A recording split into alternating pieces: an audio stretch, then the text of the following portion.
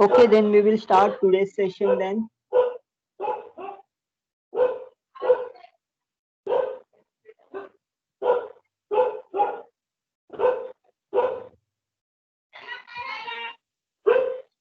So last time we were at this particular problem.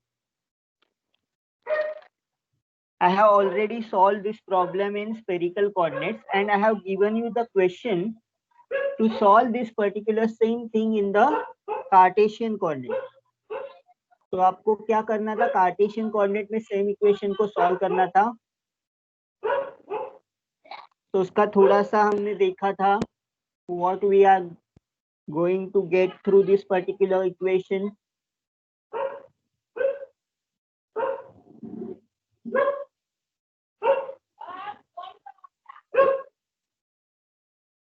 Okay, तो ये जो ऊपर वाला हिस्सा है उसको क्या लिखेंगे, z is equal to square root of A square minus X square minus Y square.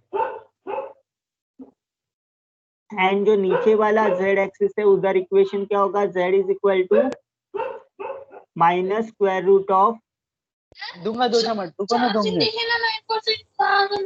अभी दे रहे हैं. Minus X square minus Y square. Okay, what does next we will do, उस पूरे फिगर का जो भी इक्वेशन बनता है वो एक्स वाई प्लेन में क्या बनेगा. So this is your X Y plane. X Y plane में ऐसे वो सर्कल बनेगा. तो वो सर्कल का इक्वेशन यहाँ पे ड्रॉ किए, ये you explain your, this is Y plane. In the above part you will get the equation y is equal to root of a square minus x square, and then below part you will get the equation y is equal to square root of negative square root of, let me erase this so that this will be proper, negative square root of a square minus x square, and then limits are from here point is minus a, here point is plus a. So when you put y is equal to this, you will get this vertical line. You will evaluate all the vertical lines from minus a to, you will evaluate till plus a. Okay, so these are your limits. So x का limit होगा minus a to a, y का limit होगा minus square root of a square minus x square to positive square root of a square minus x square, and z का limit क्या होगा, minus square root of a square minus x square minus y square to positive square root of a square minus x square minus y square. And limits are first we will integrate with respect to z, then इसका जो भी answer आएगा we will integrate with respect to y, then you will integrate with respect to x. So I have given you this sum as an exercise, so try this sum out. Okay, तो यहाँ पे आपको हर unit 2, unit 3, sorry unit 3, unit 4, unit 5, everything is on integration. Okay, तो let further down, आपका answer यही आना चाहिए 4π/3a³. आपने कार्टेशियन में भी सॉल्व किया या पोलर में सॉल्व किया, आपका आंसर यही आना चाहिए. Okay,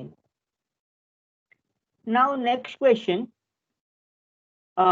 find the volume bounded by the surface x is equal to y square, y is equal to x square, and x plus y plus z is equal to 3. So let me draw the surface.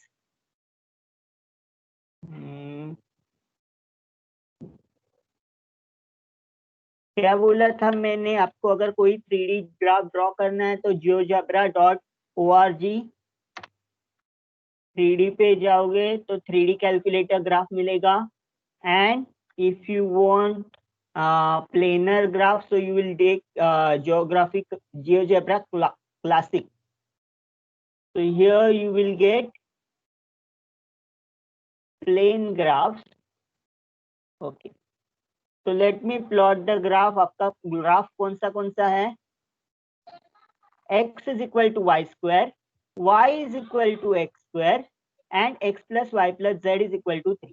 Okay, तो ये तीनों आपको plot करने one by one. तो let's first identify आपका जो equation है x is equal to y square. How this graph is looking like? It is a parabola. आप कैसे प्लॉट करोगे? 0 0 is a point on the line, तो 0 0 plot किया। फिर when x is equal to 1, y का value क्या होगा? y square is equal to 1, so y is equal to plus 1 and y is equal to minus 1.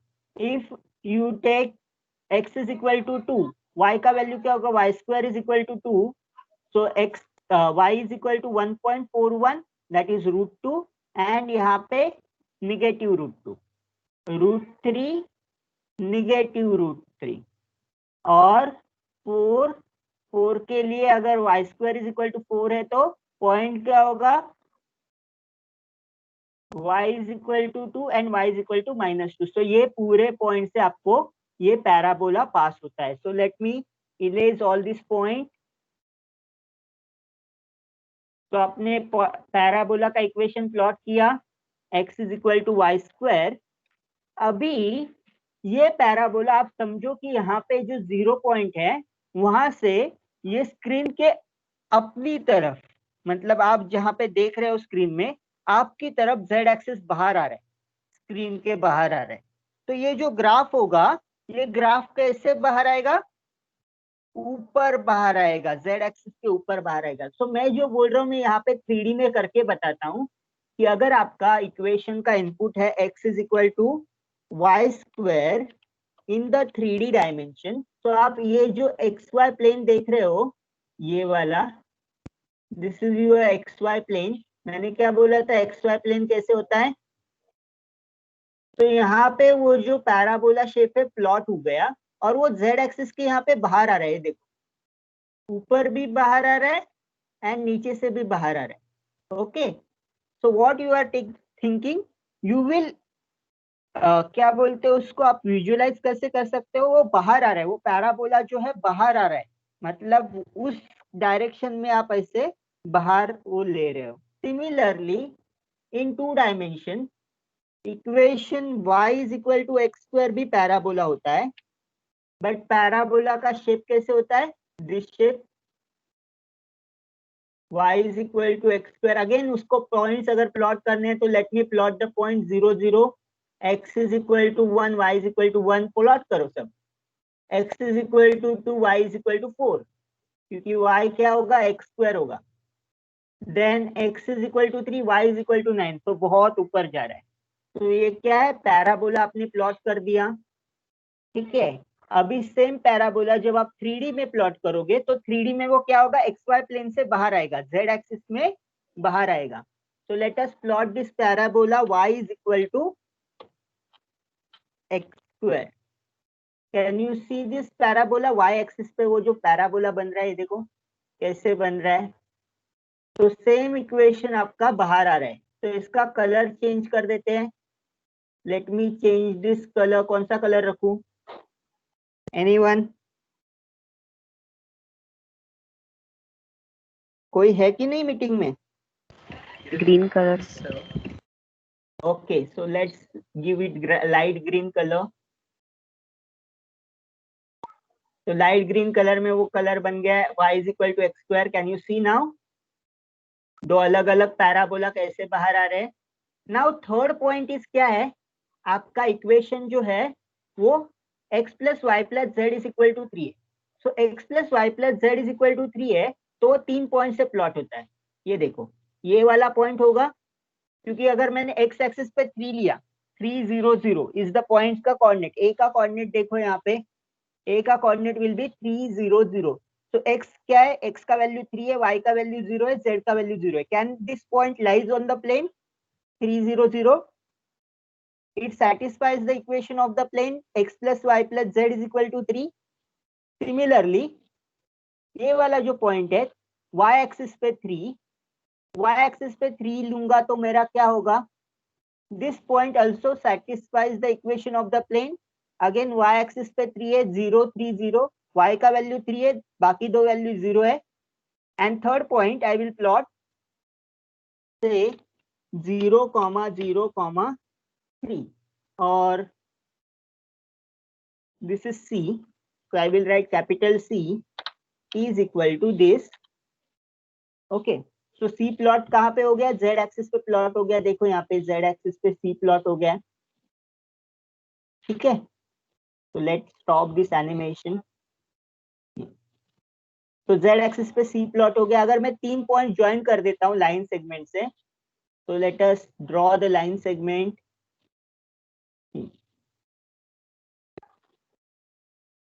B को join कर दिया, C को B से ज्वाइन कर देता हूँ और C को A से ज्वाइन कर देता हूँ। Can you see this now?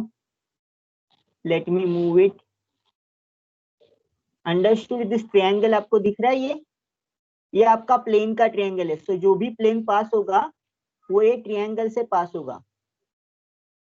सो आपका जो इक्वेशन बनेगा, ये देखो, ये जो प्लेन है उसको ऊपर से इंटरसेक्ट करेगा। सो रीजन आपका ये जो बन रहा है ना, ये जो छोटा सा ये दो पैराबोला का इंटरसेक्शन है, उसको मैं प्लेन के एक्सिस में ऐसे कट कर रहा हूँ।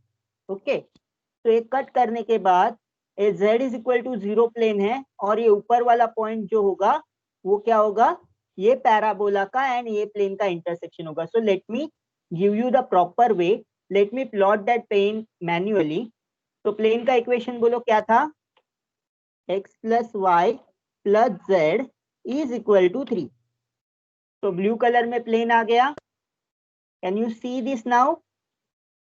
कैसे रीजन बन रहा है आपका, ये जो ऊपर यहाँ पे शेप जो बन रहा है ना, ये शेप में रीजन बन रहा है। सो मैं आपको ये प्लेन्स में बहुत कंफ्यूजन होता है, आपको बहुत सारा इमेजिनेशन करना पड़ेगा। So you can see this, ये वाला plane, can you see this now? कैसे इक्वेशन मैंने प्लॉट किया है। सो ये जो लाइन मैंने ड्रॉ किया है ब्लू कलर में, वो पैराबोला का equation in x Y plane है। और ये जो ऊपर वाला जो बड़ा पैराबोला दिख रहा है ना आपको ब्लू कलर में, so I will identify for you. तो यहाँ पे ये वाला जो नीचे यहाँ पे ए एक्स प्लेन है, कंट्रोल जेड नहीं होगा, साइज छोटा कर देते हैं पेन का। So x axis in red, y axis in green and z axis in blue. तो ये जो है एक्स वाई प्लेन में आपका पैराबोला, दिस पैराबोला एंड ये वाला पैराबोला, ये जो दो पैराबोला है वो x is equal to Y square and y is equal to x square. तो y is equal to x square ये वाला पैराबोला होगा, ये जो पैराबोला मैंने ड्रॉ किया है this is y is equal to x square, and x axis जहाँ पे पॉजिटिव है वो x is equal to Y square का पैराबोला है। ये वाला पैराबोला जो है x is equal to Y square. So ये किसमें है, this is in x Y plane. और ये जो ऊपर वाला है ना, ऊपर वाला पैराबोला प्लेन के साथ इंटरसेक्शन है, ये जो प्लेन पास हो रहा है ट्रायंगल से, this is the equation x plus Y plus Z is equal to 3। और उस प्लेन में मैंने वही पैराबोला का इंटरसेक्शन लिया है, ठीक है। तो ये ऊपर वाला शेप है। सो आपका ये जो रीजन है, ये ऊपर का पार्ट है, ऊपर का हिस्सा है दिस, एंड ये जो है वो नीचे का हिस्सा है, इसको आप ज्वाइन कर लोगे तो ये जो रीजन बन रहा है, ये रीजन का आपको वॉल्यूम फाइंड करना है। Can you understand now? आपको बहुत सारा इमेजिनेशन इसमें करना पड़ेगा, इमेजिनेशन के बिना ये करना बहुत ही नामुमकिन है। Okay, so you have to be imagine all this. Okay, so let come back to our 3D। वो 3D में ज्यादा अच्छे से समझता है। ये देखो, मैं डिलीट कर देता हूँ। Can I plot this intersection, plot करके दिखाऊं यहाँ पे? Is it better for Yes, you sir. understanding? So I will plot also plane z is equal to 0. Okay, so that you won't get confused over here. Z is equal to 0 को मैं दे देता हूँ colour कोई तो, let get violet colour.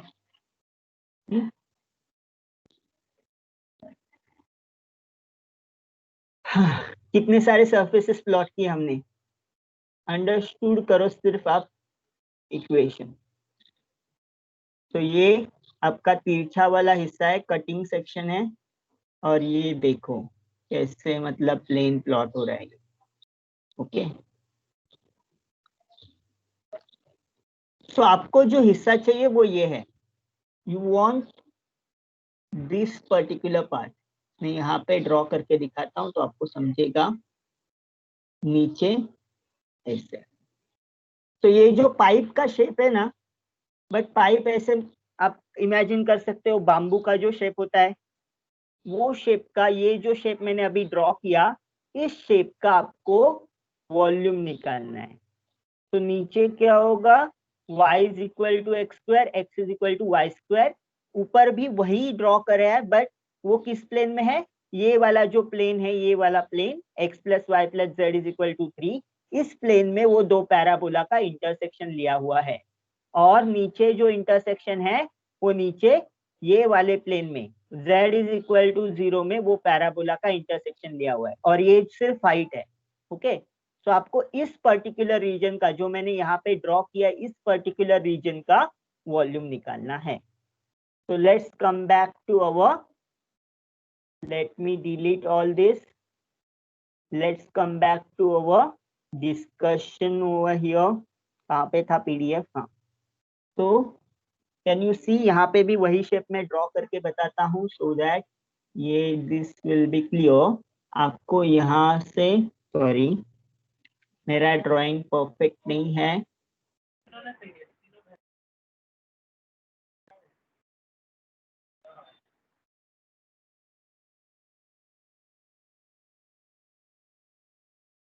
तो ये वाला जो रीजन है इसका आपको वॉल्यूम निकालना है. We want to get volume of this. Okay, what is the volume formula? Integration from over V D V. Okay, now limit substitute करते हैं. लिमिट्स कैसे बनाए देखो, यहाँ पे जो लोअर लिमिट है ये क्या होगा, z is equal to 0. Upper limit जो है वो कौन से प्लेन में है, z is equal to 3 minus X minus Y. Okay, now consider this graph x and y. ये वाला इक्वेशन जो है वो क्या है, y is equal to x square. This parabolic equation is from x is equal to Y square. तो projection आपको already दिया हुआ है, x goes from Y square, x is equal to Y square lower limit होगा ये वाला curve पे, और अपर लिमिट क्या होगा, y is equal to x square. तो अगर x is equal to Y square है, अगर यहाँ पे y is equal to x square है, तो ऊपर वाला पार्ट ये वाला पॉइंट पे क्या होगा, y is equal to x is equal to Y square. So मतलब y is equal to square root of x. Take square root on both the sides, you will get y is equal to square root of x, and नीचे वाला part ये जो parabola का है, it will be y is equal to negative square root of x. तो जब भी negative side में इक्वेशन लिखते हैं तो निगेटिव स्क्वायर रूट लिखेंगे, अपर साइड में लिखेंगे तो पॉजिटिव स्क्वायर रूट लिखेंगे. तो जो सेकंड लिमिट है y is equal to x square to y is equal to root x. और बाद में ये पॉइंट देखो कहाँ पे इंटरसेक्ट कर रहा है, ये जो वर्टिकल लाइन से you will add vertical lines from x is equal to 0 to x is equal to 1. तो लिमिट क्या होगा, x is equal to 0 to x is equal to 1. Understood this process? तो आपको Yes, sir. हर time आप ये जो 4-5 problem हमने देखे हैं ट्रिपल इंटीग्रल्स के वॉल्यूम के, हमने क्या किया है एग्जैक्टली, प्रोजेक्शन फाइंड किया है एक्स वाई प्लेन पे, क्योंकि एक्स वाई प्लेन में जो लिमिट्स है वो भी आपको लिखना पड़ेगा. तो let me delete all this, let's us go down. Okay, तो अभी आपको इंटीग्रेशन में माहिर होना पड़ेगा. तो आपका जो लोअर लिमिट आया y is equal to x square to y is equal to root x, and then x is equal to 0 to x is equal to 1. यहाँ तक प्रोसेस अगर समझाना आपको बाद में इजी होगा answer. We want to get up to this step, यहां तक का स्टेप का मार्क्स होगा 3 मार्क्स। डायग्राम ड्रा करने का होता है 2 marks. Then correct substitution of limit 1 marks. तो टोटल अगर यहाँ तक आपने किया तो 3 मार्क्स है, और बाद में सॉल्विंग करना है, सॉल्विंग का 3 मार्क्स होता है। So whatever you solve from here to here, you will get 2 marks. So total 5 marks of this step. अगर डायग्राम रॉन्ग ड्रॉ किया है तो लिमिट्स गलत होंगे, आगे का सब कुछ गलत होगा। आप भले ही सही करो आपके हिसाब से, बट आगे वो गलत होने वाला है क्योंकि आपका लिमिट्स रॉन्ग है।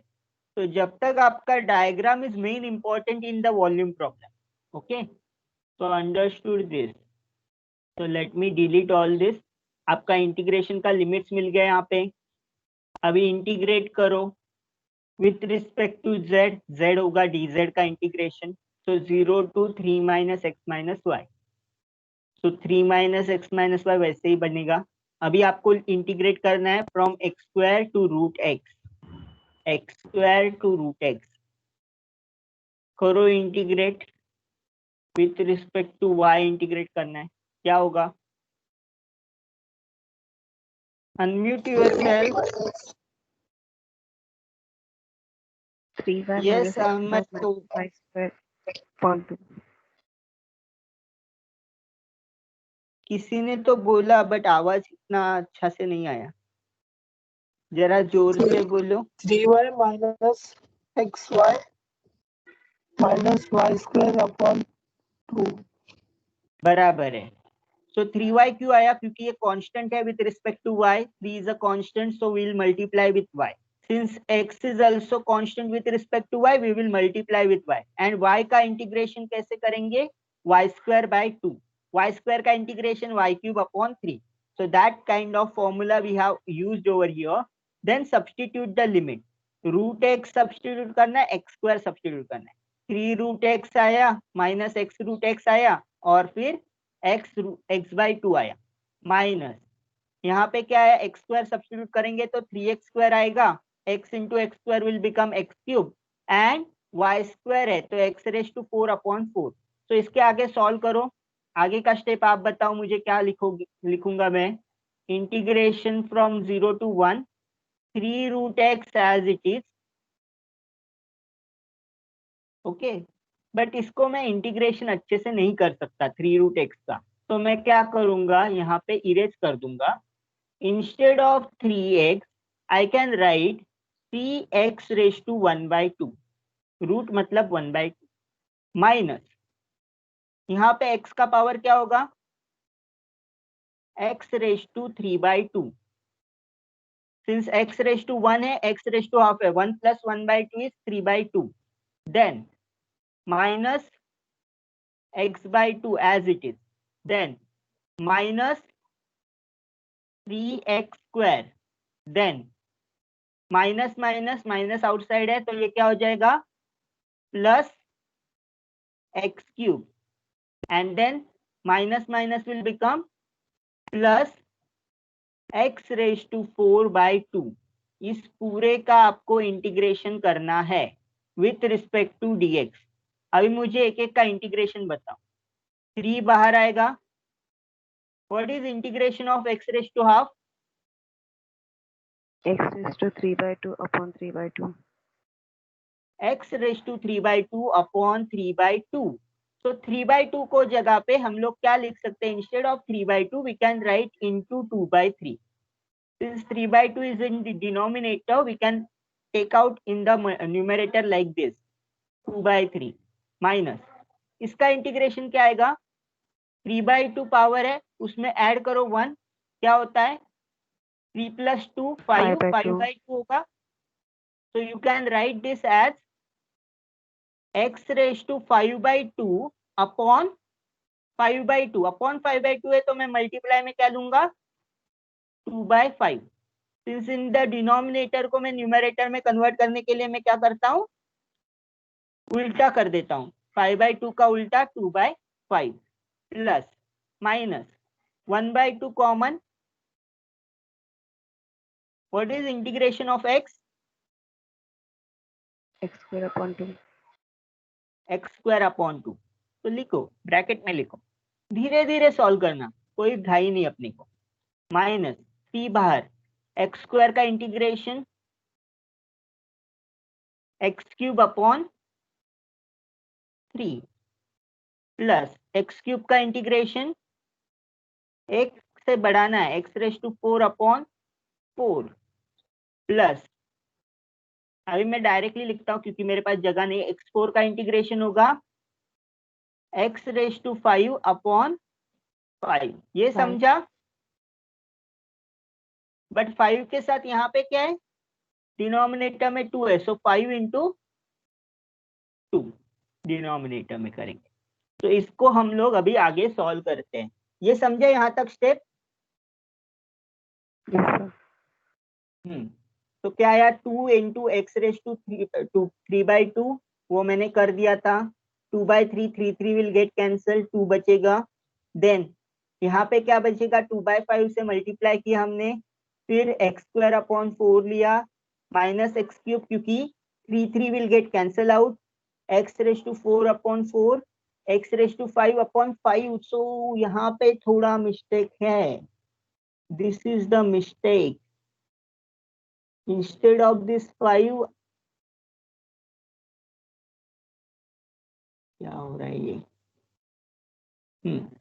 Instead of this 5 it should be 10। तो यहाँ पे आंसर क्या होगा, 1/10।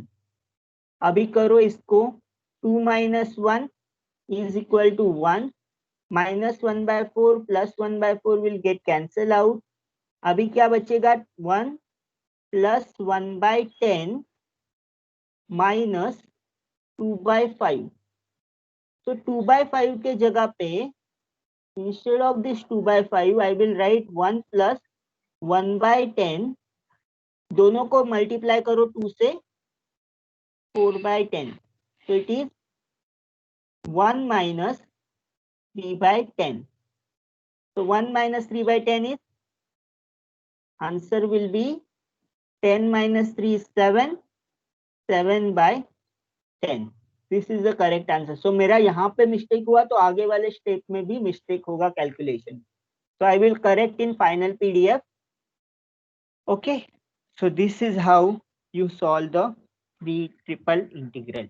okay, so we'll complete this particular chapter. note that आपका जो फर्स्ट चैप्टर है इस यूनिट का, that is double integral and triple integral, उसमें से 4 सम आएंगे, और ये वाला जो चैप्टर है चैप्टर 6, उसमें से 2 सम आएंगे। तो इन एग्जाम आपको 6 सम रहते हैं, तो 4 सम आपको फर्स्ट टॉपिक में से आएंगे, that is double integral and triple integral calculation, and 2 सम जो है वो इससे आएंगे, that is either calculating area और कैलकुलेटिंग द वॉल्यूम। ओके, तो प्रिपेयर इट अच्छे से। आपका अगर इंटीग्रेशन का प्रैक्टिस है अच्छा, तो आप ये बहुत अच्छे से सॉल्व कर पाओगे। Is this clear? तो let us see exercise, quickly go through करते ही आपको असाइनमेंट सॉल्व करना है। Find the area of region bounded by the circle x square plus y square is equal to 2x and x plus y is equal to 2 in the first quadrant. तो इसका graph बनाओ, limits plot करो और solve करो। Second, region bounded by the line y is equal to x and y is equal to x square. फिर area of a triangle with this vertex 1 1 1 2 and 2 2, then show that this area is equal to 4 pi. so आपको area find करना है, पहले equation plot करना है circle का और फिर एरिया फाइंड करना है। then find volume region bounded by these 3 planes, x is equal to 0, y is equal to 0, z is equal to 0 and x plus y plus z is equal to 3. and then last, find volume of the region bounded by the surfaces z is equal to 9 minus x square minus y square and plane z is equal to 0. तो इसका भी आपको plot करना है। Okay, तो every type के सम हमने कर चुके हैं। You have to solve the exercise. So let's begin with unit number 5. Unit number 5 consists of 3 chapters. First chapter is beta and gamma function. Second chapter is your differentiation under integral sign, and third chapter of unit 5 will be error function. तो इसका speciality ऐसा है कि इसको हम लोग 4 lectures में भी खत्म कर सकते हैं और 20 लेक्चर में भी खत्म कर सकते हैं, क्योंकि इसके एप्लीकेशंस बहुत सारे हैं। तो जितने क्वेश्चंस लेंगे आप इसके उतने कम ही लगेंगे आप, क्योंकि हर टाइप का बीटा इंटीग्रल गामा इंटीग्रल जो है वो बहुत सारे कॉम्प्लिकेटेड इंटीग्रल को सॉल्व करने में काम आता है। Okay, so we will see first कैसे करेंगे। पहले गामा फंक्शन करेंगे, what is the gamma function, उसका प्रॉपर्टीज करेंगे। फिर बीटा फंक्शन क्या है वो देखेंगे, बीटा फंक्शन का प्रॉपर्टीज देखेंगे। और ये जो gamma function and beta function, इसको कैसे हम इंटीग्रेशन सॉल्व करने में यूज करेंगे उसके बेसिस पे आपको समझाएंगे। सो सम दो तरह के आएंगे, आइदर बेस्ड ऑन प्रॉपर्टीज, आपको प्रूव करने बोलेंगे, prove the property of gamma function this और prove the property of beta function this, और या फिर आपको इंटीग्रेशन सॉल्व करने बोलेंगे। तो most of the time you have to solve the integral based on gamma function और बीटा फंक्शन। ओके, तो आपको दिमाग में आना चाहिए कि हाँ, ये इंटीग्रेशन सॉल्व करने के लिए आपको गामा फंक्शन यूज करना चाहिए, या फिर ये वाला इंटीग्रेशन सॉल्व करने के लिए मुझे बीटा फंक्शन यूज करना चाहिए। जैसे हमने लैपलास ट्रांसफॉर्म में देखा था कि आपको इंटीग्रल दिया जाता था, हाँ मैंने अगर s का वैल्यू 2 पुट किया तो ये इंटीग्रल लैपलास ट्रांसफॉर्म से सॉल्व होता है। वैसे ही आपको कोई ना कोई सब्स्टिट्यूशन ऐसे करना है कि वो गामा फंक्शन में कन्वर्ट हो जाए। ओके, तो ये बहुत ही पावरफुल टूल है to solve the integration, that you keep in mind. Okay, so what is this gamma function? Do you know what is a factorial? What is 4 factorial?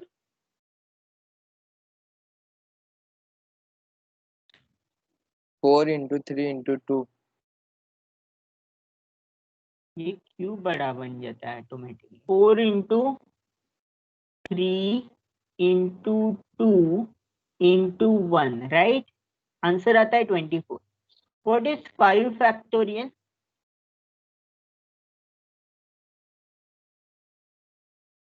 5 factorial का value मुझे निकालना है, तो मैं क्या करूंगा?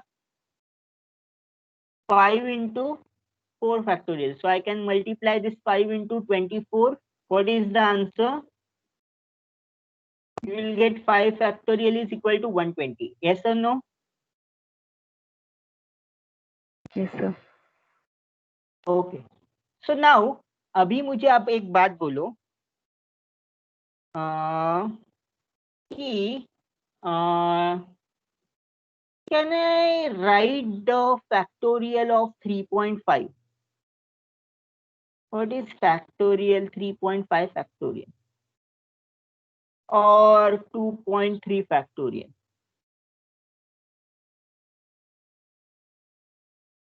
तो मैं जब फैक्टोरियल लिखता हूँ तो मेरा अजम्पशन क्या होता है? n factorial should be integer. Integer value पे मैं कैलकुलेट कर सकता हूँ, हर बार एक से डिलीट कर दूंगा। तो can I write 3 point factorial is equal to 3.5 into 2.5, एक से रिड्यूस कर देता हूँ, इंटू 1.5 इंटू 0.5 इंटू -0.5, क्योंकि यहाँ पे मुझे स्टॉपिंग पॉइंट नहीं पता है।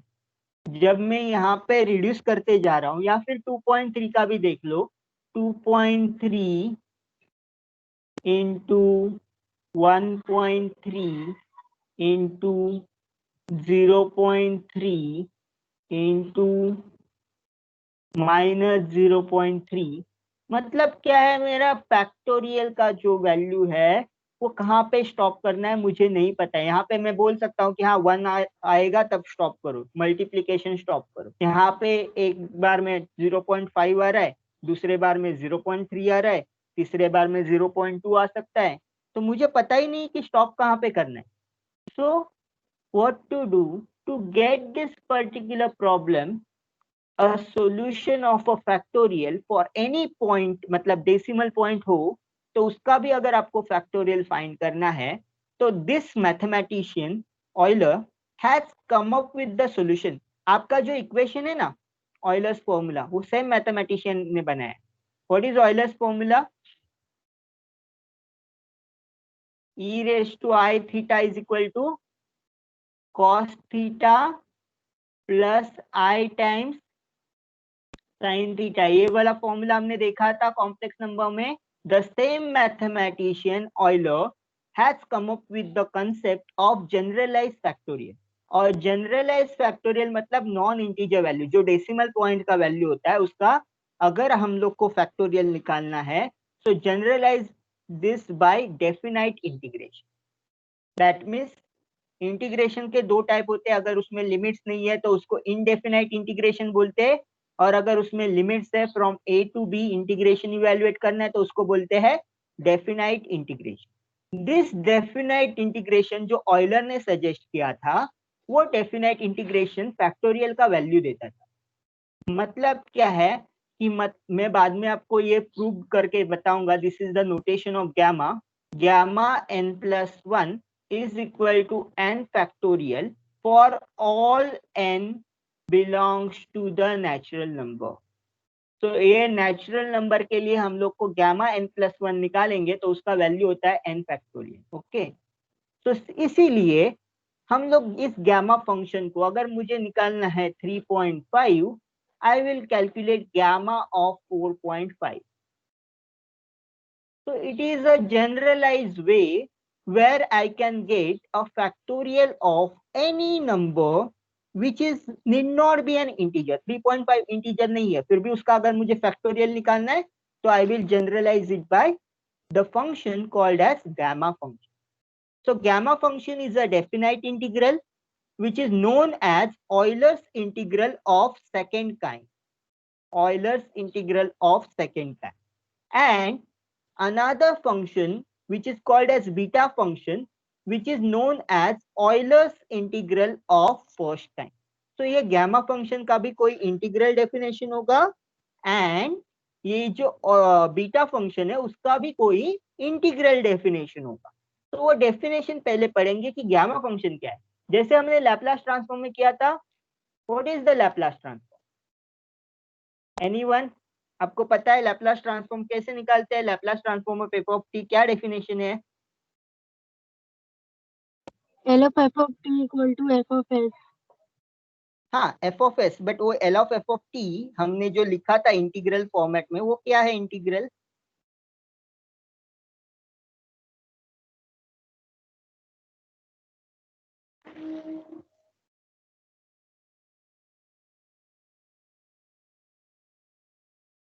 असाइनमेंट में मैंने बोला था हर एक प्रॉपर्टी में वो इंटीग्रल यूज किया लैपलास ट्रांसफॉर्म के. Anyone can? Sir, वो linearity property function वाला.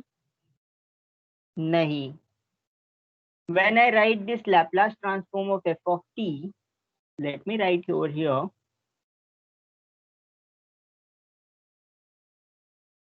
Or you say, one of you said it is f of s is equal to Laplace transform of f of t. I have given some integral in respect to t. क्या था वो integral? F of u into gt minus u. नहीं, वो तो इसका property convolution theorem है. Convolution. Laplace transform 0 to infinity. Yes, Priya. E raised to minus st. Minus st f of t. T आएगा वहाँ पे f of t. yes. So this integration is a basic definition of your ये transform Laplace transform. बाद में अगर F of T का nature के हिसाब से आप फॉर्मूला लिख सकते हो. मतलब एफ ऑफ टी अगर 1 है तो उसका फॉर्मूला आएगा 1/s. एफ ऑफ टी अगर साइन टी है तो उसका फॉर्मूला आएगा a/s² + a². अगर cos t है तो उसका फॉर्मूला आएगा s/s² + a². So depending on your function of nature of F of T, आपका कौन सा फंक्शन है उसके हिसाब से हमने फॉर्मूलेस देखे थे, राइट? तो वो आपने लिखे हैं, प्रॉपर्टीज अच्छे से लिखा है, फॉर्मूलेज अच्छे से लिखे हैं. So good. तो हम लोग ने ये क्या किया था, इसका डेफिनेशन एज ए इंटीग्रल लिखा था. सेम वे हम लोग गामा का इंटीग्रेशन लिखेंगे. So for any non zero number that is n greater than 0, you can write this notation gamma n as a function. Gamma n का integration होता है same integral 0 to infinity e raised to minus x raised to n minus 1 dx. तो ये आपका basic definition है gamma का.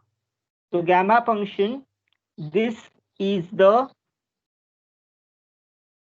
Euler's integral of second kind. Euler ने ऐसे डिफाइन किया गैमा को कि integration from 0 to infinity e raise to minus x raise to n minus 1 dx. इसका जो भी इंटीग्रेशन सॉल्व करने के बाद जो भी वैल्यू आएगा वो मेरा क्या है, गैमा फंक्शन ऑफ n. क्योंकि इसका इंटीग्रल के बाद x का टर्म पूरा हट जाएगा. x में हम लोग लिमिट सब्स्टिट्यूट करेंगे since integration with respect to dx है. तो n का टर्म जो है, यहाँ पे दो वेरिएबल है x एंड n. तो n का टर्म जो है वो बचेगा. तो वो क्या होगा, gamma of n. You can then prove that gamma of 1 is equal to 1, gamma of 2 होगा 1 into gamma of 1 which is equal to 1, gamma of 3 होगा 2, गैमा ऑफ 4 होगा 3 factorial which is equal to 6, gamma of 5 होगा 4 factorial which is equal to 24, gamma of 6 होगा 5 factorial which is equal to 120. तो आप ये जो gamma function है इसका एकदम अच्छा प्रॉपर्टीज है कि gamma का वैल्यू जो है फैक्टोरियल वैल्यू से डिपेंड करता है. मतलब gamma of 3 बोला तो उसके 3 में से एक सब्ट्रैक्ट करो. क्यों सब्ट्रैक्ट करे, क्योंकि यहाँ पे n-1 है. तो ये क्या होगा, 3 minus 1 2 फैक्टोरियल का वैल्यू होता है 2. गैमा ऑफ 4 कैलकुलेट करेंगे तो यहाँ पे क्या होगा, 4 minus 1 is 3 factorial is 6, gamma of 5 24, gamma of 6 120. ये कैसे आएगा, ये सब हम लोग प्रूव करेंगे.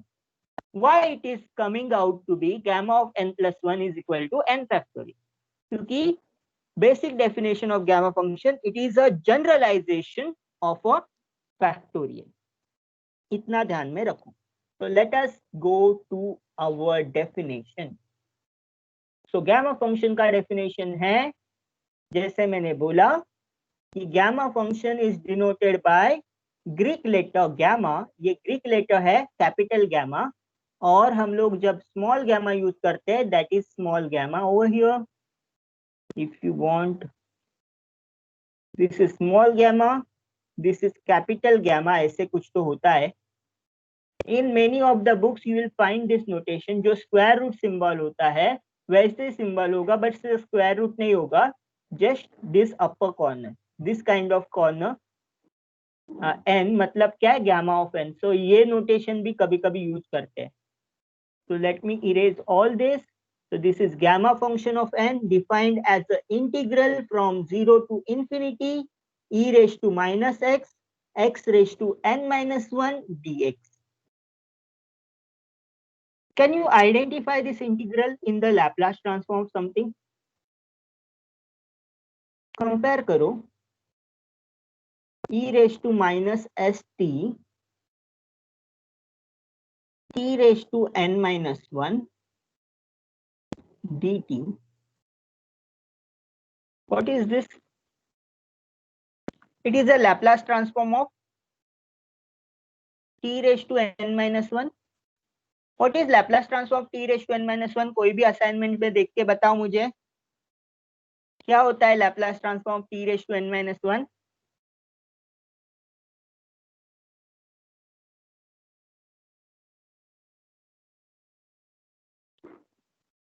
आपको ये टर्म में ज्यादा अच्छे से समझेगा. Laplace transform of t raised to n क्या होता है? n Minus factorial n factorial upon s raised to n plus 1. raised to but n यहाँ पे क्या है, n minus 1 है. n minus 1 है तो क्या आएगा, n minus 1 factorial upon s raised to n minus 1 plus 1. plus 1. तो s raised to n.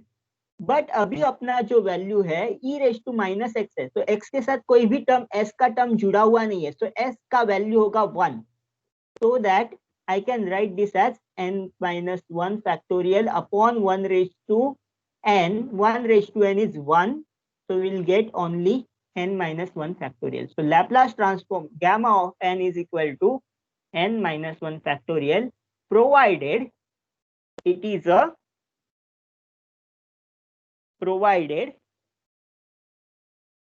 q n is integer. जब n not integer होता है तो भी वो n माइनस 1 फैक्टोरियल ही होगा, बट वो उस फैक्टोरियल का वैल्यू देगा। ठीक है, मतलब मैं अगर गैमा ऑफ 3.4 निकालूंगा तो मुझे कौन सा वैल्यू मिलेगा? 3.4 के लिए 2.4 फैक्टोरियल का वैल्यू। ठीक है, तो this is a generalisation, that is a beauty of mathematics, कि आप कोई भी फंक्शन को जनरलाइज कर सकते हो। अगर कोई भी फंक्शन सिर्फ इंटीजर पॉइंट्स पे डिफाइन होता है तो उसका जनरलाइजेशन अलग अलग तरीके से कर सकते हो, जिससे आपका जो बेसिक डेफिनेशन हो वो वैलिडेट हो जाए। सो ये समझा इंटीग्रल, ये इंटीग्रल याद कर लो। gamma of n is e raised to minus x, x raised to n minus 1 dx. Okay, so let me prove the properties. कितना प्रॉपर्टीज प्रूव होता है देखते हैं। 4-5 प्रॉपर्टीज है गामा फंक्शन का, and one property is common between gamma function and beta function.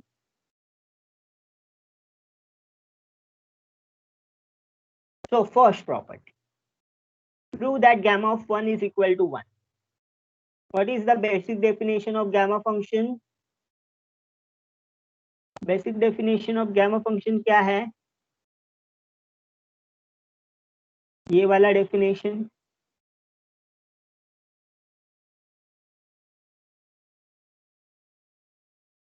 put n is equal to 1, n जहां जहां पे है वहां पे 1 लिखो। क्या होगा gamma of 1 में? x raised to 1 minus 1, x raised to 0, क्या होता है x raised to 0? 1. x raised to 0 is 1, so integration क्या बचेगा? Integration 0 to infinity e raised to minus x dx. अभी मुझे बताओ integration e raised to minus x dx का क्या होता है? Integration e raised to minus x upon minus 1. e raised to x का integration is e raised to x, since x के साथ minus 1 मल्टीप्लाइड है तो minus 1 डिवीजन में चला जाएगा। लिमिट्स पुट करो 0 to infinity. What is e raised to minus infinity? e raised to minus infinity 0 and e raised to 0 is 1. So e raised to 0 1 put किया, minus minus will get cancel out, you will get plus 1. Understood this? एकदम easy property. सबसे easy property कौन सी है? gamma of 1 is equal to 1. Can you get this? Yes or no? Yes, sir. Okay, तो ये अगर हो गया, ये एकदम बेसिक प्रॉपर्टी है। Second property, gamma of n plus 1 is equal to n times gamma of n.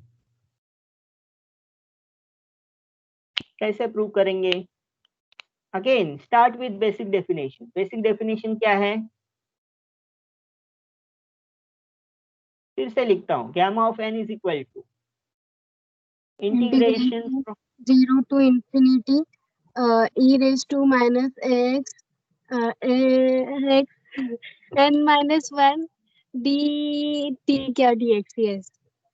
Okay, so understood this, e raised to minus x, x raised to n minus 1 dx. तो ये किसका value है? gamma of n. But अभी अपने पास क्या है? gamma of n plus 1. तो x raised to n minus 1 के जगह पे क्या होगा? x raised to n plus 1 minus 1. Zoom in करो और देखो, x raised to n plus 1 minus 1. So 1 minus 1 get cancel out. You will get e raised to x, x raised to n dx. Yes or no? यहाँ पे x raise to n minus 1 था, n जब था तब, तो n plus 1 होगा तो यहाँ पे क्या होगा? x रेस टू n होगा। करेक्ट ना? एक से कम हो जाता है तो n प्लस 1 एक से कम हो जाए तो क्या होगा? n होगा। अभी इसको इंटीग्रेशन करेंगे। What is UV rule says? Integration u integration of v minus derivative of you, derivative of you, फिर इंटीग्रेशन ऑफ v। और इसका पूरा इंटीग्रेशन करेंगे हम लोग, integration of this derivative into integration का प्रोडक्ट। ओके, तो ये जब यू रूल यूज करते हैं तो u का वैल्यू एंड v का वैल्यू कैसे सिलेक्ट करते हैं? लियार्ट रूल से सिलेक्ट करते हैं। LIATE,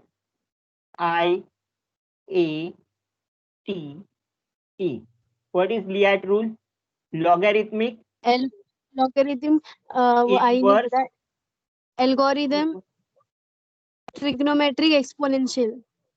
okay, so x raised to n is the type of algebraic function and e raised to x is a type of Liat function। तो इसको पहले u लेंगे, इसको v लेंगे, क्योंकि a पहले आता है बाद में ही आता है।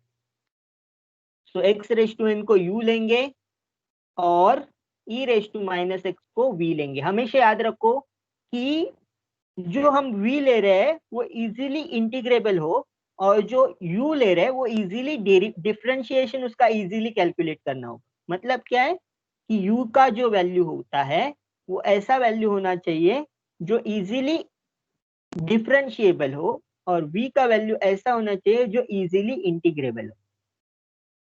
Okay, x raised to n e raised to minus x dx, then derivative of u, derivative of x raised to n e raised to minus x dx and whole dx। तो इसको हम लोग इंटीग्रेट करेंगे तो क्या होगा? पहला term x raised to n e raised to minus x का इंटीग्रेशन होता है e raised to minus x upon -1। इसको लिमिट पुट करो 0 से लेके इंफिनिटी, माइनस यहाँ पे क्या होगा? Derivative of x raised to n क्या होता है? n x raised to n minus n 1, plus n plus 1 integration के टाइम होता है। तो जब आप डिफरेंशिएट करते हो एक पावर कम हो जाता है, n x n minus 1 integration of e raised to x is e raised to minus x upon -1, और लिमिट जब इसमें सब्स्टिट्यूट करेंगे तो इंटीग्रेशन का लिमिट डालेंगे 0 to infinity dx।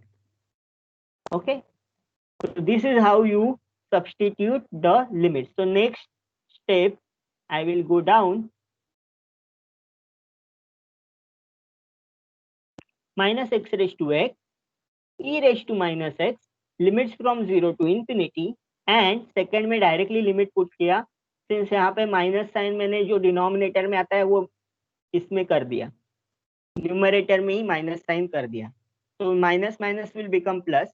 ये जो फर्स्ट इंटीग्रल है, this first integral, when I solve this first integral I will get, when I put infinity I will get this term is equal to 0, so first term will be 0 minus, जब मैं 0 substitute करता हूं तो मुझे x raised to n का value 0 मिलता है, and ये मल्टीप्लीकेशन है, सो 0 into समथिंग इज ऑलवेज 0। तो जब मैं इंफिनिटी सब्स्टिट्यूट करूंगा e raised to minus x 0 हो जाएगा, और जब मैं 0 सब्स्टिट्यूट करेंगे तो x raised to n 0 हो जाएगा। So overall this is 0 minus 0 which is equal to 0।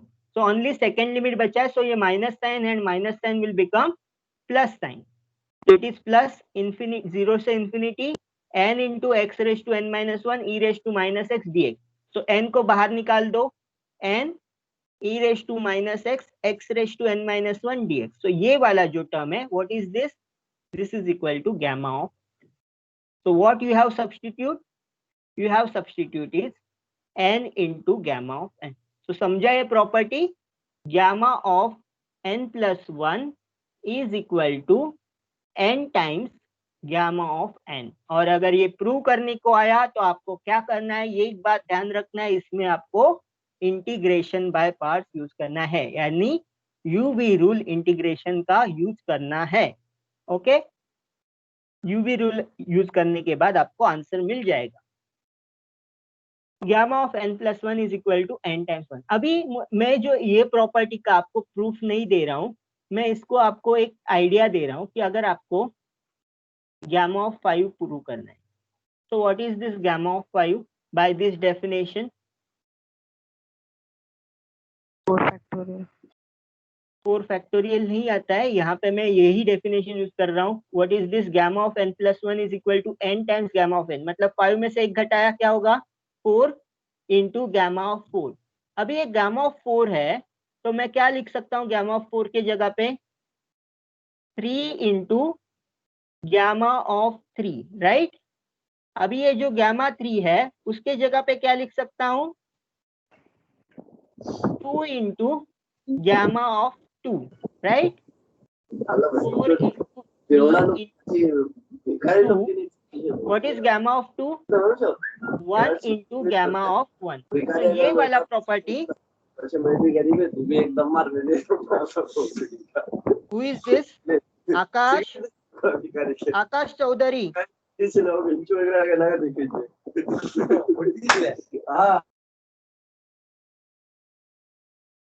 4 into 3 into 2 into 1 into gamma of 1. What is the gamma of 1 by the first property? Gamma of 1 is equal to, so it is 4 into 3 into 2 into 1. So आपका answer क्या आना चाहिए? This is nothing but 4 factorial. तो आपका gamma of 5 is equal to 4 factorial. What do you get from this? Gamma of 5 is equal to 4 factorial. कैसे किया? ये property हमने रिपीटेटिवली यूज किया, इसीलिए इसका प्रूफ लिखने के लिए मैंने एक्सरसाइज दिया है and you have to prove by induction. What is induction से कैसे प्रूव करोगे? n इज इक्वल टू 1 के लिए प्रूव करो gamma of 2 is equal to 1 factorial, then you have to prove it for n is equal to k के लिए assume करो कि gamma of k plus 1 is equal to k factorial, and then you have to prove for n plus 1, that is k plus 2. Gamma of k plus 2 you have to prove as k factorial, k plus 1 factorial. This is where how you can solve this particular problem. So let us stop our lecture over here. बहुत practice करने की आपको जरूरत है. So let me close this meeting.